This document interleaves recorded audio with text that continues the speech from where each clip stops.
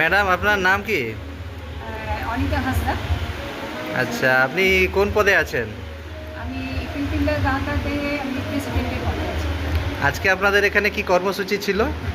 আজকে আমাদের এসকা হলে রক্তদান শিবিরের কর্মসূচি আছে। এখানে আজকে কতজন প্রতিনিধি রক্তদান করেছেন? আমাদের এখানে আজকে 17 জন। 17 জন। এই যে আপনারা এই সংগঠনের পক্ষ থেকে রক্তদানের আয়োজন করছেন, এটার উদ্দেশ্য বা বার্তা কি আছে আপনাদের? এটার উদ্দেশ্য, মানুষ এখন যারা বিপদে আপদে অসুস্থ হয়ে যায় কিংবা কোনো অ্যাক্সিডেন্ট হলে কারো অনেক সময় রক্তের প্রয়োজন হয়, তখন আমরা এই যে রক্তদান শিবির করেছি এখান থেকে টাকাটা নিয়ে গিয়ে সেটা জনসাধারণের মধ্যে দিয়ে তাদের প্রাণ রক্ষা করতে পারে।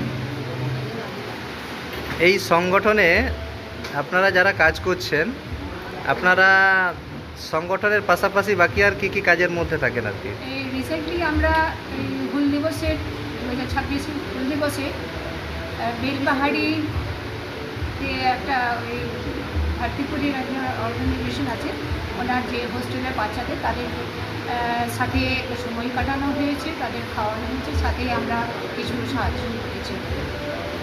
এই ইপিল তিল্লে গাঁওতা এই সংগঠনের পরবর্তী লক্ষ্য কি আছে?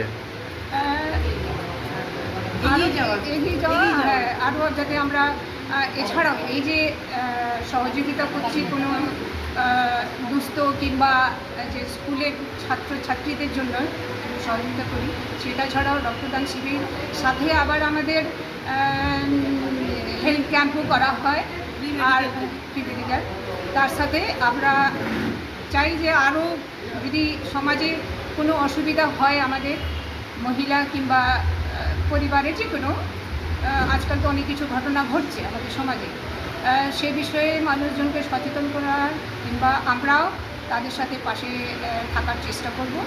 আমরা কাজে আপনাদের সংগঠনে কতজন কর্মী বা সংগঠন মানে কর্মী সদস্য রয়েছেন আর আমরা কি? এখন 25 জন আছি।